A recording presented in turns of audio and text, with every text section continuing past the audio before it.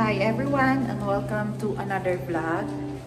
It's me again, Dale Publico from Dale Prime Corp. Papunta ako sa isang unit and kasama ko si Ate Jean. Hi! So actually, cleaner siya nung husband ko sa Airbnb. Since holiday ngayon and kailangan ko ma-set up yung isang unit kasi baka may mag-book. So hiniram ko muna siya. Say hi ka, ate. Ayan. Ayusin namin. Ito yung standard room namin sa short 2. So, ipapakita namin kung paano namin siya aayusin at kung ano pa yung mga kulang namin. So, ang unit is in 14th floor. So, ito, isa sa Airbnb namin. 14th floor, te. So, Ate Jean, ilang years ka na sa amin? Okay. Ilang years? 2 years. 2 years na. 2 years na. So, kamusta naman? Okay, nag-improve naman. Anong nag-improve? Nag-improve namin yung ginawa. Ikaw? Dami ng pinipili, di ba? Hawak mo din kina mama, di ba? Oo. 6 na lahat to. 6 na. Palas pa sa'yo. Oo nga eh. Pero yung sa amin kasi pagka later on yan. So, dito tayo. So, naka-smart lock na to. Naka-smart lock na. Ayan. So, ito yung standard room namin na nag-paint kami dito. And, so ito, ang kaibahan lang niya, dito namin nag-paint. Dahil kapag dito, yung color ng sofa niya is medyo tilt na greenish. So, dito wala na kaming lalagay.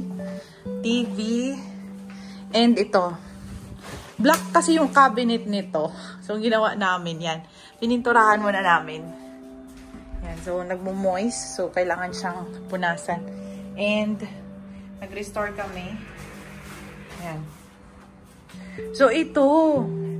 Yung iba kasi dito, pull out dun sa ibang unit. And, binigay nung unit owner. So, sabi ko, ilagay na lang dito. Diba? Meron na te eh. Ito, binili kasi to eh. Bago. Yung iba lang te na pwede. Sayang kasi. Sabi nung owner kasi, i-dispose na. Dito na lang. Nag-Airbnb yun, tapos pinalong term niya na. So, yan. Okay naman. So, ayan te, maglilinis ka. Balik ka po. Ganito pala yung nangyayari kapag hindi natirhan yung unit. Nagaganyan siya, oh. Nag-molds. Sa cabinet din, ganun. Yan o.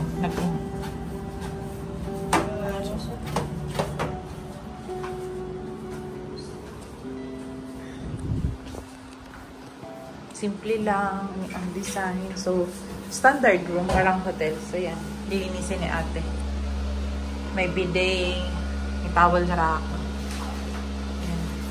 So, simple lang. So, yun na. From long term, mag-Airbnb kami ngayon. Para lang matuloy-tuloy yung income ng owner. And kami rin may trabaho. Sa habang wala pa yung pogo. So, yan. And facing amenities.